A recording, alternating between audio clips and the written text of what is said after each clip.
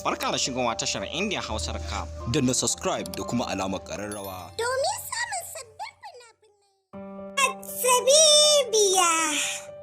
Hatsabibiya kayataccen kapce ne da kamfanin S-Record masu birbiɗan fassara suka fassara muku shi.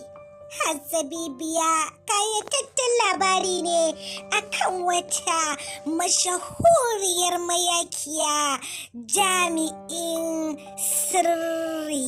Hatsabibiya ta shahara wajen sheke manya-manyan 'yan ta'adda masu fakewa da addini sun haɗa kai da manya-manyan jami'an sirri. Kawai ta binciken Hatsabibiya gwarzon jaruma har ta gano inda wani mai laifi mai suna Ali wanda yake aikata miyagun laifin ba tare da ta sha wahala ba. Sai dai Hatsabibiya ta haɗa binciken nata ne da wani ɗan saurayi wanda bai ji ba bai gani ba. Shi burinsa kullum ya tattara kuɗi ya samu aikin yi don ya buɗe asibitin kansa. Lalle arangama da Hatsabibiya ya ji ya faɗa cikin tarkon soyayyanta maza ya aure ta.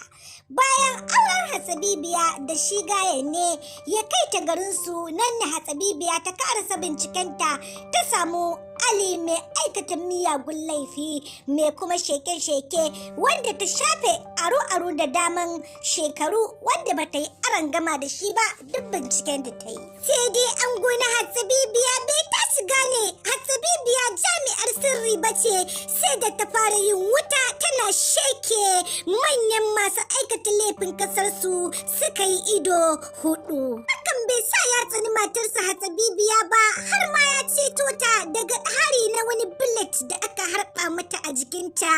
Sai dai boss ɗin ya yi wa Hatsabibiya illa bayan gano shi ne mijinta ya ɗana masa bom ya sheke shi. Bisatan da Hatsabibiya ta yi kukan kura ta kawo ƙarshen bas ɗin naka.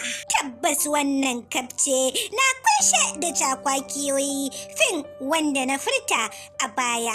Rikap kaɗai ba zai wadatar muku ba. Kai dai nemi naka kayataccen kapce na fim ɗin Hatsabibiya na kamfanin S-Record masu birbiɗan fassara.